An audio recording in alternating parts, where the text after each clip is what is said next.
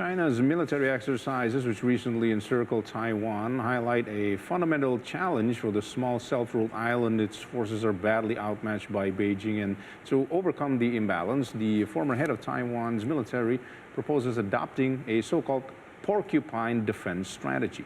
VOA's Bill Gallo explains from Taipei.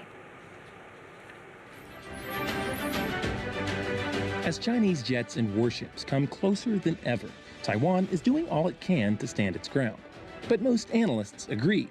Taiwan stands almost no chance in a conventional war with China, whose military budget is estimated to be 22 times as large.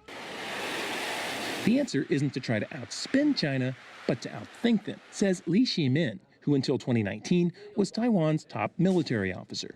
We have a very limited resources. You know, we just cannot invest any aspect that we want. So in my view, we should focus on the existential threat.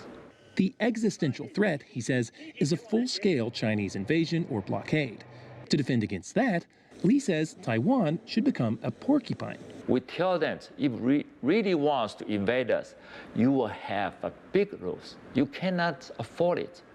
Li is the main proponent of the so-called asymmetrical defense, which involves large amounts of small weapons. In Ukraine, those kinds of weapons have been very successful against the much larger Russian military.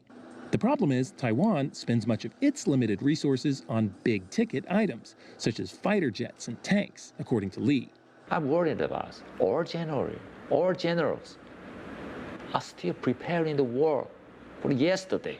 But if we invest our money still on this kind of advanced fighter jets, warships, or tanks, you know, it's no doubt you will fail. Another factor is the U.S. military, which President Joe Biden has insisted would defend Taiwan.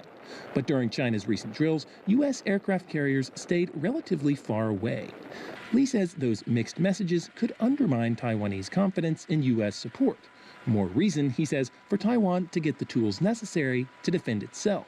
Even we started from now, I don't know if it's too late. So I urge our governments to, you know, do whatever we can to develop the asymmetrical capabilities. Weapons to make Taiwan too prickly for China to even think